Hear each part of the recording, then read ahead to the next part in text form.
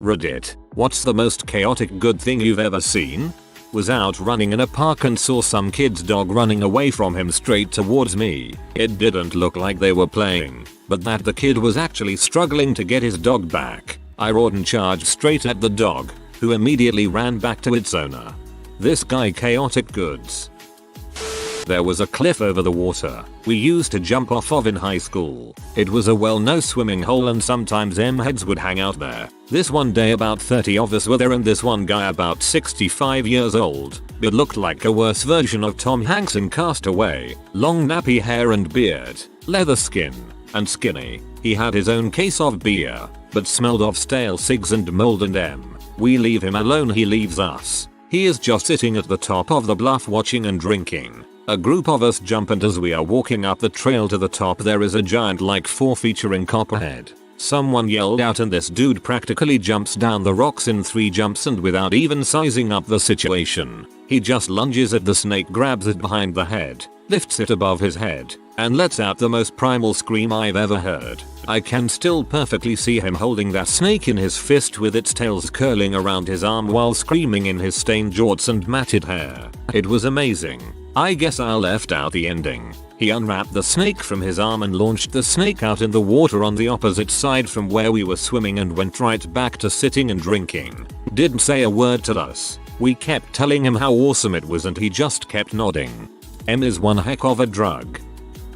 You guys and gals probably won't believe this story, but here it goes. I have a relative, let's call him Jabber, that I would describe as the perfect example of neutral evil. He's always scheming and looking for ways to screw people, even his own family. Here's the most prime example I've yet personally seen of chaotic good just thwomping neutral evil. Jabber was going to move from one house to another and hired a cleaning lady to be paid under the table as her residential status was less than legal, to whip the house into shape so that it could be sold. It was a job that took over a month, and he kept putting off her payment. He's real good at bullshitting and stringing people along. Finally the house is done, but she's still not paid. He gives her excuses for a little while longer until one day when she showed up at the door and I guess he decided to end his little game. He straight tells her, "I ain't gonna pay you crap. What are you gonna do? Call the cops? You're an illegal and you'll get your butt deported.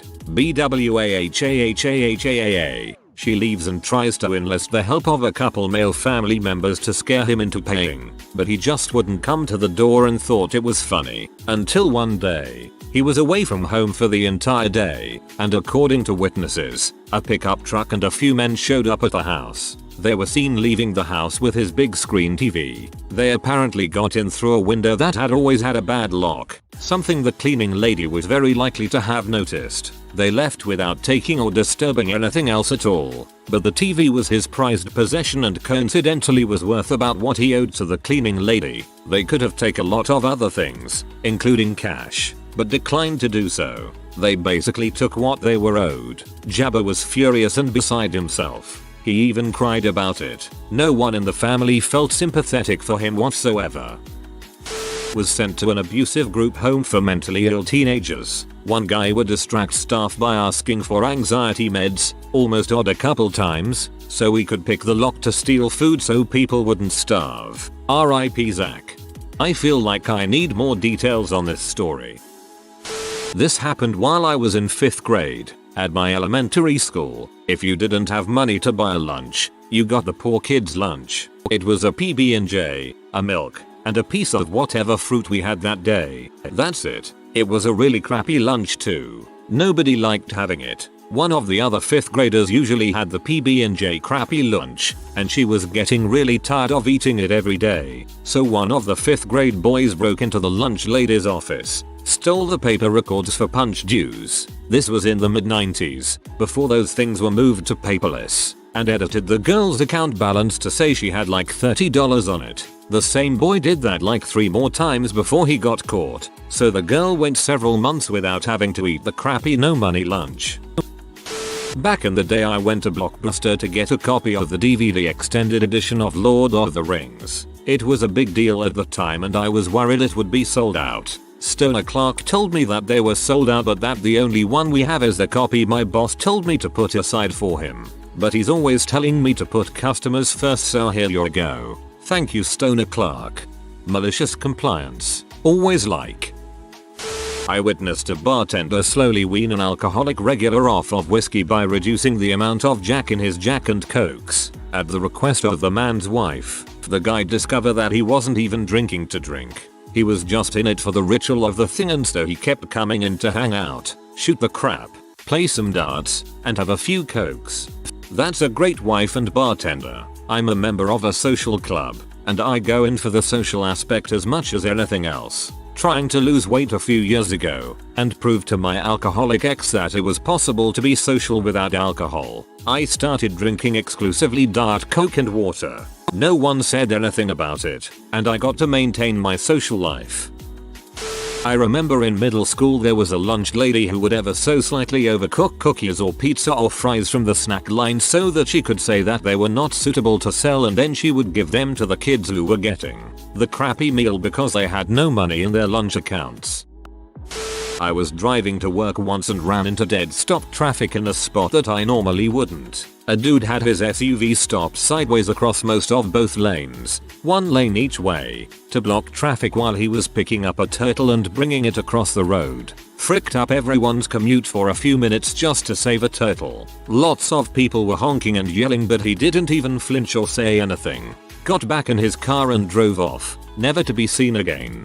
My grandmother spent years stopping to pick up turtles out of the road and put them near the pond woods field they happened to be heading towards. This happened so much people started buying her turtle figurines. She had probably 200-300 by the time she died. I try to stop for any turtles I see, and I get immensely sad every time I see a dead one in the road.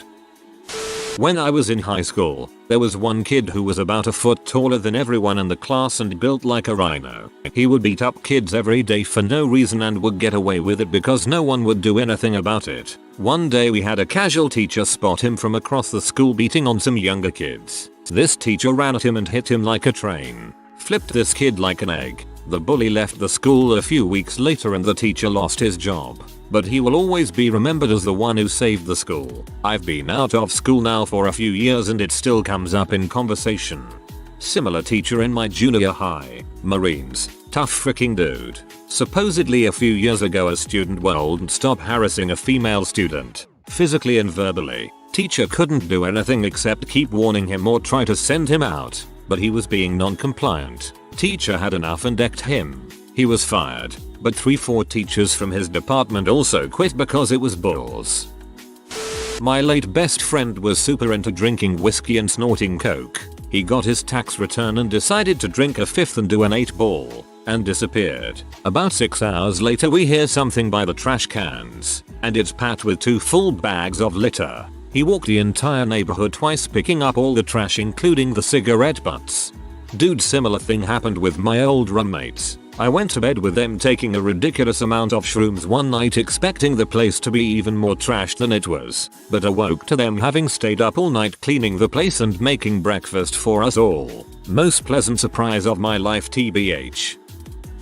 A notorious grad school bully ripped my Gameboy Color with Pokemon Red out of my hands and said gimme that, while I was headed to the back of the school bus. In defeat, I waddled to my seat and started to cry just thinking about how I was going to explain to my mom that my birthday gift had been stolen. But before I could let out an audible whimper, he marches back and tosses my Game Boy in my lap casually and says, "Here you go crybaby, have a look haha," while pocketing a Game Genie and walking away. Through hot tears I looked at my screen and saw the brand new Pokédex entry, new. During the height of all the playground SS and truck rumors, I was confused and happy all at once, but just mostly glad he wasn't going to kick my butt. If you're reading this, Big Devin, you weren't all that bad after all. A word. Side note, the bully grew up to be a fire captain in my hometown. Absolute unit, that guy.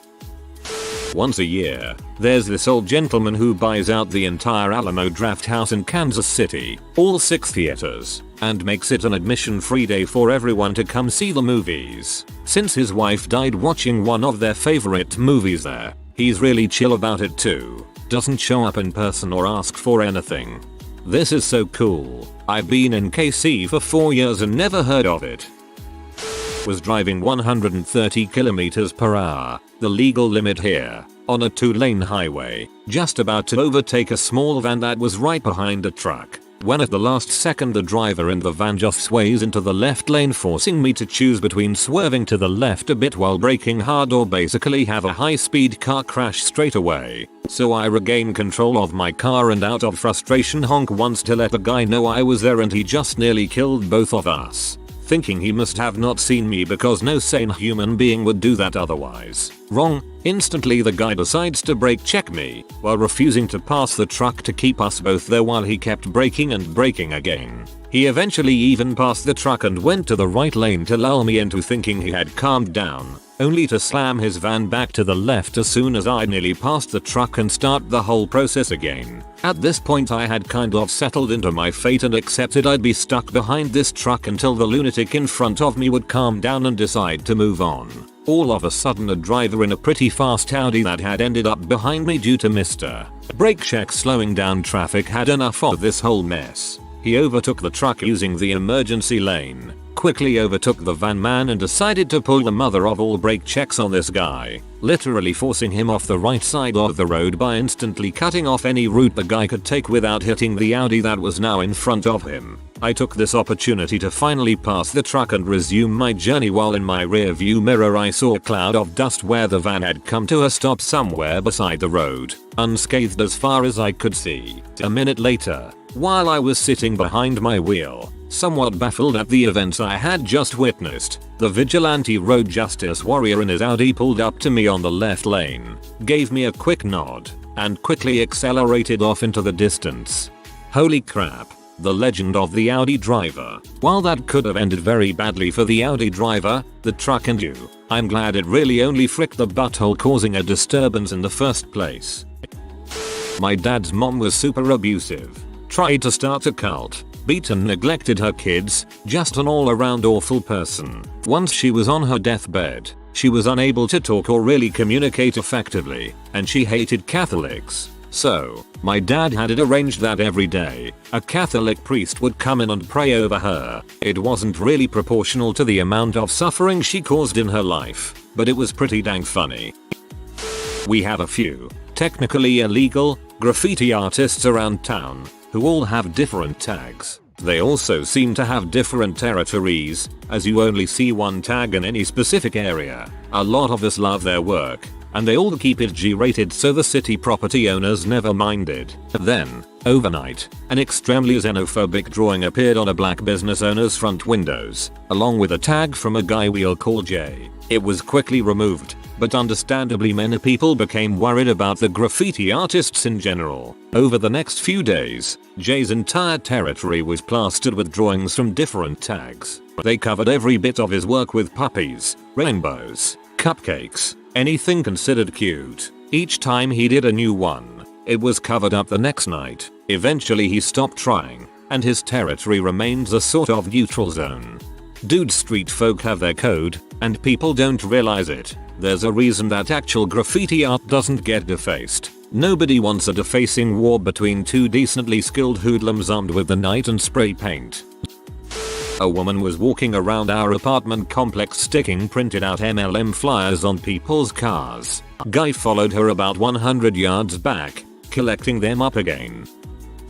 Used to be a bouncer at a popular music venue bar. I worked the door for a Gorgle Bordello show. I had never heard of them, but it was a sellout show. They call themselves gypsy punk rock anyways. I've never confiscated so many pocket knives in my life, and everyone was really cool about leaving them with us or taking them to their car. Show starts and I move up front kind of like an Overwatch position. Band starts to get crazy and the entire crowd is in a cycloning mosh pit. The drummer is crowd surfing and people are going ape crap. I see this tiny woman, 21 plus bar, and she is enjoying herself, but she falls down in the middle of a mosh pit, and unlike anything else I've seen, like half the crowd completely stops and gives her space and gets her back up and they all start going again, her included. This happened 2 or 3 more times with the same polite and cautious outcome. I was in awe. Gypsy is a nice, smelly, but nice, amazing concert too. When I was like 11, I was at the beach with family. I found this stuff called fart spray. exactly what it sounds like, and really wanted it. But my dad said no. My aunt decided it'd be funny to buy me it and torture her brother, so she bought it in secret. We met my dad and some other family to all ride this shuttle further down the boardwalk. I couldn't hold my excitement and blabbed immediately about my new purchase. My dad took it from me and scolded my aunt. I sat down defeated. Few minutes later, this drunk lady and her friends get on the bus, clearly out doing a night of bar hopping. The one lady is being really loud and cussing a lot. My dad asked her to tone it down and was berated with profanities. He sat quietly through it. Then as the lady went to get off the bus, I see him hit her with a squirt from the fart spray. So perfectly childish, LOL. I didn't see it personally, but I heard the story from this guy's roommate, who did get to witness it. It's freshman year of college. Two of my neighbors, Colin and George, are rushing the same frat. My roommate had a thing for George, so she invited him and his roommates over for breakfast one morning. We ask about what they're up to, make small talk, all that jazz. Turns out George was just banned from the frat for doing drugs. What did he do, you may ask? He doesn't remember, but according to Colin, they were at a party and George saw someone slip something into a girl's drink. Rather than take a logical approach, tell her not to drink it, take it from her and pour it out, so on and so forth, George ripped it from her hand and chugged it himself. The Stop a Douchebag movement going on in Russia, where members patrol areas where drivers are parking illegally using sidewalks for roads etc. and ask them to turn around or move their car. If they refuse, they slap an enormous douchebag sticker with heavy duty adhesive across the windshield. They have a YouTube channel as well where you can watch it in action.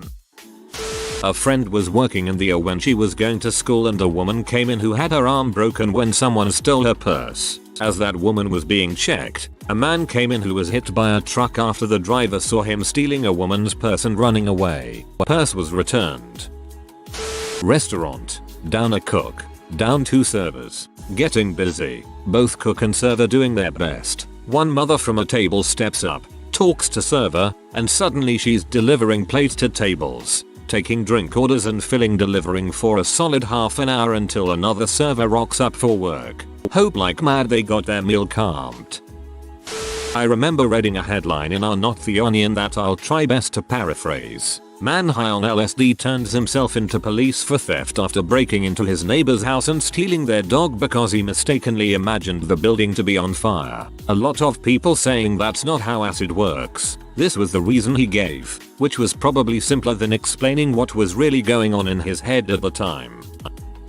My grandfather, when he was in about his 30s, was out of country for some reason I can't remember. The day before his flight back he got very sick. He could hardly get on the plane, but he was ready to get home. He was on the plane and noticed that no one had bought the seat next to him. He asked the flight attendant if he could use it to lie down and hopefully sleep off his illness, and she allowed him to. Well, a bit after the flight started, this very large man went on a very public rant about how his seat was too small. The flight attendant kindly informed the man that in the future he should buy 2 seats. Well, the man wouldn't have this, so he points to my sick grandfather and shouts that he shouldn't get 2 seats as he only needed 1, and that he should get my grandfather's 2 seats and take his 1. The flight attendant told the man that they would not be switching. The man only threw a bigger fit. After a while of this man acting like a very large baby, my grandfather willingly gave up his seats to the man to end his whining. So they switched. After a while, my grandfather noticed that the man was reading this very large book. Eventually the large man fell asleep. In front of the entire plane, my grandfather stood up, walked over to the sleeping man, tore out the last 5 pages of his book, and went and sat back down. No one said a word about it. I love that this happened before the internet and that guy would have had to find another physical copy of the book to read the ending. Friend of mine named Ivan. Years ago I was really poor. I was so poor that when rent was due, I had to fast for 2 weeks until I got paid. Anyway, my friend Ivan dropped by and asked for something to drink, and I told him I had water in the fridge. He saw that was all I had in the fridge, 1 gallon of water. He checked my cupboards. I thought he was looking for a cup, so I told him which cupboard the cups were in. He just said, "Dude, I'll be back in 30 minutes. 30 minutes later he shows up with 10 bags of groceries. At first I was like, dude, you didn't. He cut me off and goes, when's the last time you ate? I couldn't bring myself to say it and he just went, aha. Yes I did bro. I'll never forget that. This isn't really chaotic good. This is just a good butt homie. My little sister was with an abusive guy. She had an infant daughter with him. He beat the living crap out of her one day. Little sis and baby came home to stay with us that day after the guy was dangling the baby. My niece that I love dearly off the balcony threatening to drop her. My mother tackled him and ran with the baby and my sister. Guy shows up at our house that night. My pops comes running full speed and beat the crap out of him. So satisfying because I was outside paranoid the guy would show up. But dad was already ready. Go dad. I knew someone who once played an extended prank on a friend where he filled up his gas tank. When the tank was low he'd steal his keys, sneak out, go to the station, fill it up, bring the car back and put the keys back. Took him months to figure out what was going on. Why can't someone prank me like this? If you are new to the channel, you can subscribe. I publish new videos every day. Until then, check another video.